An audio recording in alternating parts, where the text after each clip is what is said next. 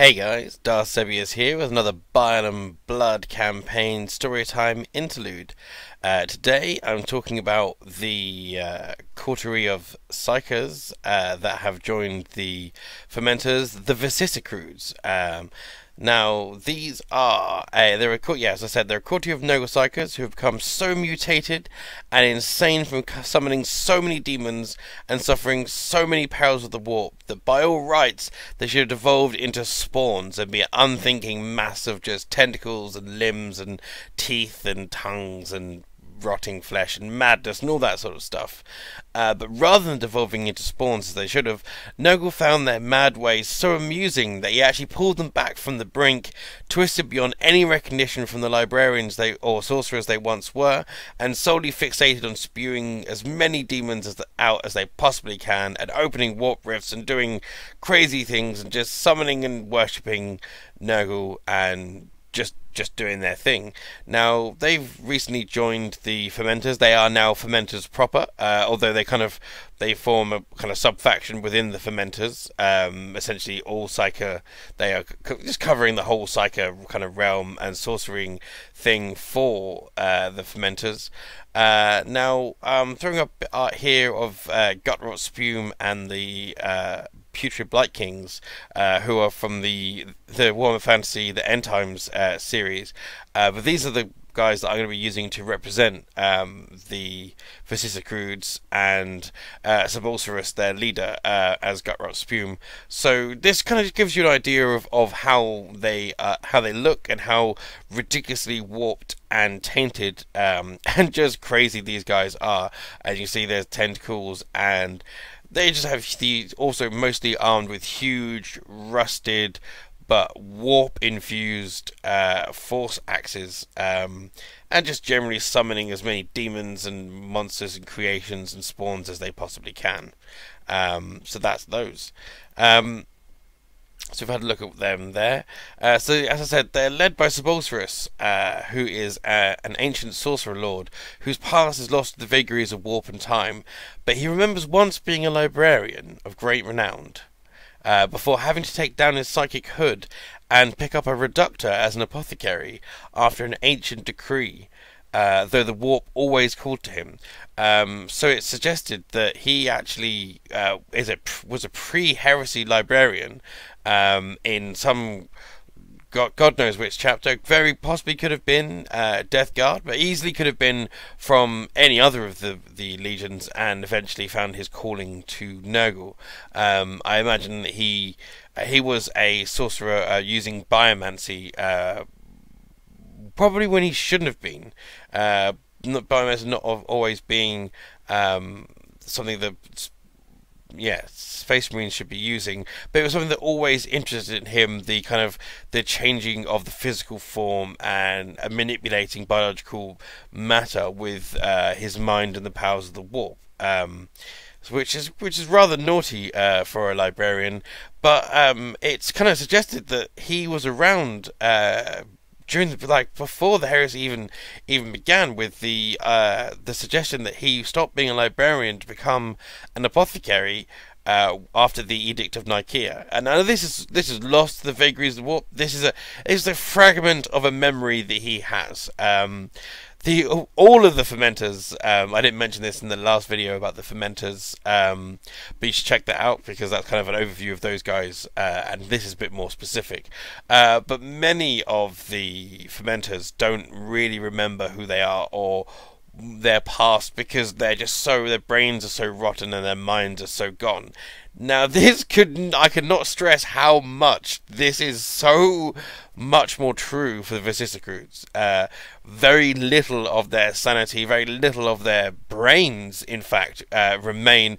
Probably more like psychic nests for Nurglings more than an actual brain for most of these guys, and some of them will have melted and popped. But sorcerers, he does still retain some kind of autonomy. He is completely batshit crazy, but he does what he wants, but what he wants is to summon as many demons of Nurgle as startily possible. I suppose as startily possible is the closest you get to humanly possible. So yeah, so he was an apothecary and a librarian in a past life before he became who he was. So in his sort of early days as a renegade Nurgle Marine, he would have been running around in a very kind of pointed kind of plague doctor from the Renaissance, kind of a beaked, goggled form, a little bit like the, is it Mark 6 Corvus plate, but not exactly, more sharp and more chaotic and more kind of plague doctory. And during those times, he would have ridden into battle in his Rhino, which is kind of a ramshackle lab slash operating theatre, and it's such a decrepit and mouldering rhino that it's actually been patched up with planks of wood and bones and flesh and just nasty things, but it has the nickname Woody because of the wooden panelling on the rhino. But more recently he has transformed even more, as we said. I'll throw it up again. Sorcerers is being represented by Gutrot Spume, who is the guy in the foreground on the right here with the huge axe and all the tentacles coming off him. So essentially, he burst out of his armor in his transformation, but still continues his role as kind of sorcerer.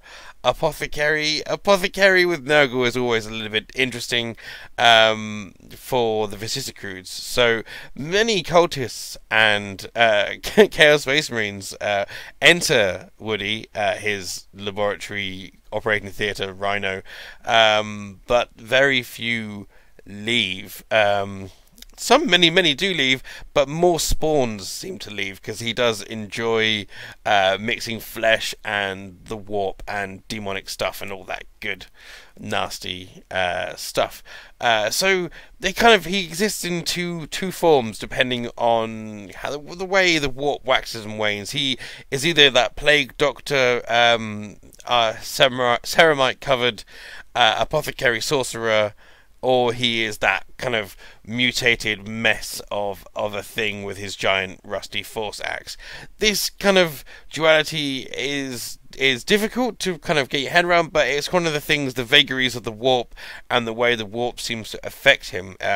He's seen from battle to battle in those two different forms, just in similar ways that Ribald Tanglefoot, the leader of the Fermenters, is seen either bloatedly riding his attack bike alongside his spawns, or he may be seen donning full-on Terminator armor plate and taking up an ancient Man Reaper.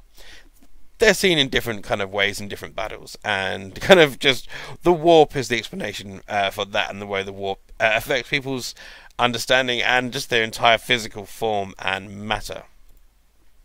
So that's Sorcerers. So yeah, another thing with Sorcerers is he now revels in the warped spawned host of the Fermenters and Nurgle, all that good stuff, and he actually adds his own psychic spices and his own lanced boils and his own kind of medical waste and refuse into the brew. So he's not the brewmaster. Ribald Bugman Tanglefoot is the brewmaster, but Sorcerers is also helping him with his work and with his brew, making it even more foul and probably producing even more spawns and killing even more humans anointed with it. But still, it's all for the joy of Father Nurgle.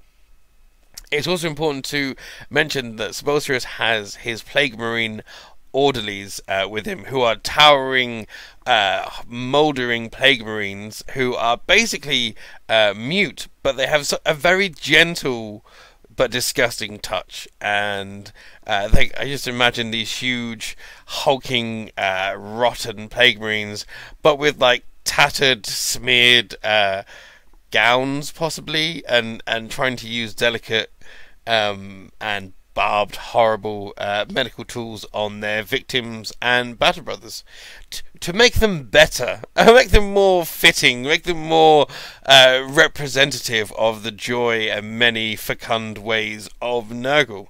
So yeah, that's the sorcerers and his orderlies. But when the Viccicrudes, they land on the planet, they set about a grand summoning of demons. That's something we saw in mission 3B, I believe. So you better go out and watch the videos for the Bile and Blood campaign, because there's been some interesting battles we've had. But as we saw in mission 3B, when they land on a planet, they start a grand summoning of demons. That is their main goal. That's kind of their only goal, really. They will do as the fermenters kind of bid them to a certain extent, but as long as that is to be summoning great teeming masses of Nurgle's demons. So they basically open warp storms with huge rituals. They quickly knock up some fanes and some altars, and some desecrated shrines to Nurgle, to create warp storms and warp portals, which through teeming masses of Nurgle's creation shamble, and they'll often target water, food and sewage works on a populated populated planet. I'm sorry, my words are not coming out right. On a populated planet such as a hive world, such as hive world Hastus, as is happening at the moment. And they attack the water, the food and sewage works to incubate the demons, but also to poison the populace, which is what we will be seeing in mission 4B, I believe, as some plague marines and demons and a Viccicrude head down to take down the sewage and waterworks, pursued by the secondary inquisitor that has come along and has kind of picked up on their psychic trail. So the wild nature and insanity of the rituals performed by the Viccicrudes often causes warp storms and warp rifts to open, whether demons have manifested or not. As again, that's something we saw in mission 3B. We saw them completely fail at summoning demons. There was a few plague bearers turned up, but not really what they were looking for, and the spell was kind of broken.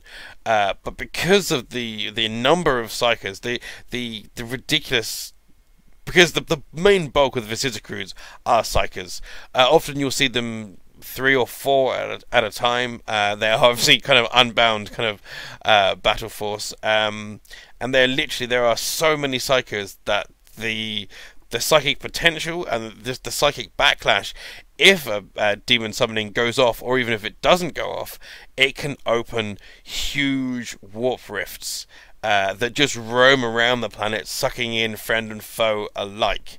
And that's the raging psychic energy that surrounds Viccicrudes often permeates just through reality and is just opening up rifts, sucking in friend, foe, building, fauna, anything can be just. So even if the Viccicrudes go to a planet and fail to do what they are there to do, they can still have the planet destroyed or cause an exterminatus, or at least cause just almost unmendable problems, which is just obviously not good, and one of the reasons the Inquisition, and particularly Inquisitor Croyle, or I can't remember what the Inquisitor is called, but Toxic's Inquisitor, one of the reasons he's following them, because they do leave such a tide of devastation in their wake. So, as I mentioned, there was the raging psychic energy that surrounds the Viccicrudes. That also often permeates into the populace, causing mutation and hysteria to spread, sowing civil unrest before an attack. And left unchecked, this mania can spread into full-on devotion to decay and pestilence, leading to great swathes of the people, those that survive, because this psychic energy will cause hideous mutation, or can cause heads to pop, can cause, families to turn on one another, friends to kill each other, just general madness and mania, and even can just make people just stop and die and just want to watch themselves kind of rot and decompose as the life kind of seeps from them. and all the kind of other crazy biologically changing and mutating things that Nurgle's power can do.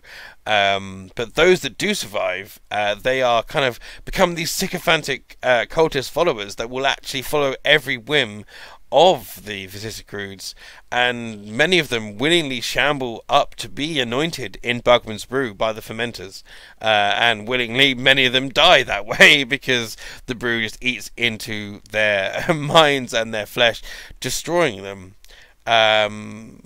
But that's kind of mostly what I wanted to talk about for the Viccicrudes. They are, as I said, they're the coterie of Nurgle sorcerers. They are almost entirely made up of sorcerers and ex-librarians and renegade psychers of varying kind of levels of power. Sorcerus is leading them. He is extremely powerful. Psyker, so powerful that he seems to appear in two very different forms from battle to battle, which is particularly interesting. Along with his orderlies and his other kind of sorcerer buddies, his brotherhood of psychers. But they're summoning demons. They are weakening the populace's will and overcoming it. They are attacking the amenities and the water and the supply and the things that are essential for hive worlds and any kind of world with a population of humans to exist. And just generally reveling in the joys of Nurgle, and kind of roughly being pointed in the right direction by the fermenters, and just doing that thing that they do. And what they do is they summon demons en masse and have a wonderful party time with it, unless they get squashed by the Inquisition, which is sad. But again, just like the fermenters, their numbers will wax and wane, and the allure and just the psychic potential will often bring the Inquisition to them, or also bring their brother Nurgle psychers to them as well, and many different partnerships and pacts and truces and betrayals will happen as the Viccicrudes kind of gain more members, lose members, some die, but Sorcerus does seem to be relatively eternal, and we will see that, because I think he is so intrinsically, he's almost demon at this point, because his flesh is so tainted, but he still has that other biological matter that retains his own form in reality, as it were. So that is the Viccicrudes. It's another storytime interlude for the Bile and Blood campaign. If you haven't seen it before, check out the video for the fermenters.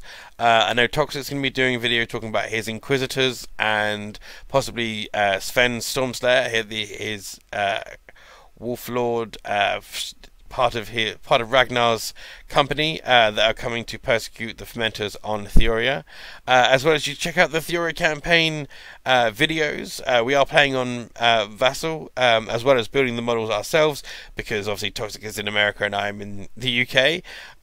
But yeah, this is the Bile and Blood campaign interlude for Allies Index. I am Darth Sebius. Check out alliedsindex.com, a place for all things geeky gaming. And there's all sorts of stuff in there, more Warhammer, more rumours, there's video games, card games, board games. And if you want to share things with us or want to get involved on a regular basis, then maybe get hold of us on Tumblr or at alliesindex.com, or also on Facebook, Twitter, YouTube, and all that good stuff. And we've got a few videos and articles out there for you guys to check out. Once again, I'm Darth Sebius for alliesindex.com. And I will catch you guys soon with more Bile and Blood campaign coming soon, and just general Allies Index goodness. Taddy bye.